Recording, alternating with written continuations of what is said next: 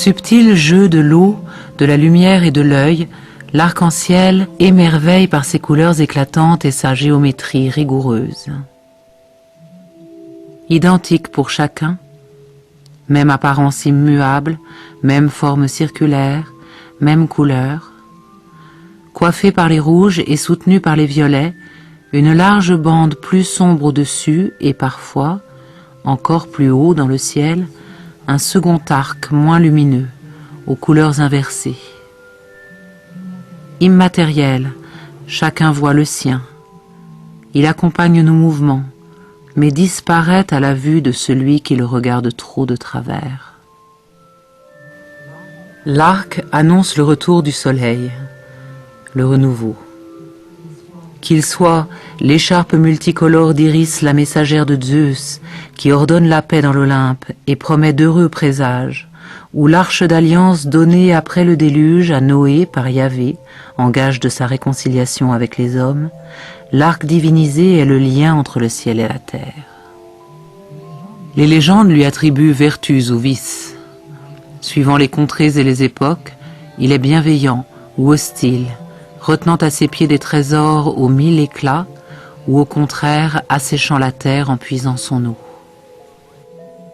Les poètes l'ont chanté, les artistes l'ont célébré, les philosophes et les savants, eux, s'efforcèrent d'en découvrir les causes. L'arc de l'Antiquité d'Aristote est le reflet de la vue du soleil dans les nuages. Œil, nuage, soleil deviennent point, et l'arc n'est cercle que par la symétrie du regard. Mais la goutte de rosée qui se pare de couleurs changeantes sous le soleil du matin fait oublier la nuée pour ne singulariser que sa sœur jumelle, la goutte de pluie.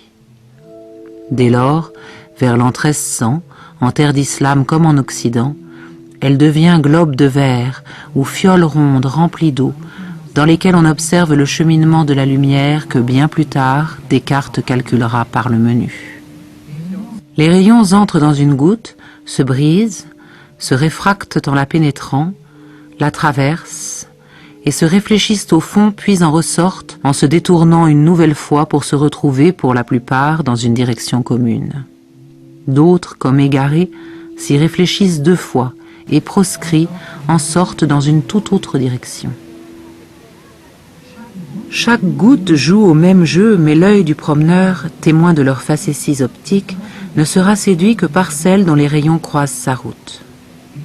Des portions du ciel lui apparaissent plus lumineuses, formant 2 arcs s'élevant sur l'horizon, séparés par une bande plus sombre, peu de gouttes de cette région lui destinant l'un des rayons qu'elle chasse. Avec Newton, la lumière blanche se décompose en couleurs dont les rayons se dispersent quand ils entrent ou sortent d'une goutte. Chaque couleur suit son chemin et sort solitaire dans une direction bien à elle, les rouges à peine plus détournés que les violets. Ainsi, l'arc-en-ciel jaillit, les rouges en haut, les violets en bas, 2 réflexions et cet ordre s'inverse. Entre le rubis et l'améthyste, ni 3, ni 4, ni 7 couleurs, mais une infinité. En cette fin du XVIIe siècle, la forme de l'arc-en-ciel et ses couleurs sont comprises.